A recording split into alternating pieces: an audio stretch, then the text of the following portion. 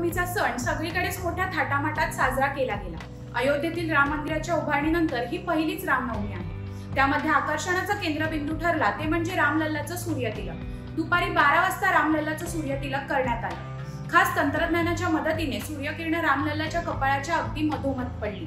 सूर्यतिलकचा हा अनोखा आणि अद्भुत अनुभव देशभरातील सर्व रामभक्तांना याची देही याची डोळा पाहता आली। या सूर्यतिलक मागचं ऑप्टोमेकॅनिकल तंत्रज्ञान आपण थोडक्यात समजून घेऊया। अयोध्येतील राम मंदिराची रचना एका विशिष्ट पद्धतीने करण्यात आली आहे। त्यात एक अशी यंत्रणा बसवण्यात आली आहे ज्यामुळे श्री रामलल्लाच्या मूर्तीच्या कपाळावर रामनवमीला सूर्यकिरणांचा स्पर्श होईल। राम मंदिरात 3ऱ्या मजल्यावर शिखराजवळ ऑप्टोमेकॅनिकल यंत्रणा बसवण्यात आली आहे। या यंत्रणेला सूर्यतिलक असं नाव दिलं। सूर्यकिरण राम मंदिरात एका जागेतून प्रवेश करतील ती या उपकरणाच्या लेन्सवर पडतील। सूर्यप्रकाश रामलल्लाच्या ललाटी आणण्यासाठी प्रकाशाचा मार्ग परावर्तित करण्यात येईल।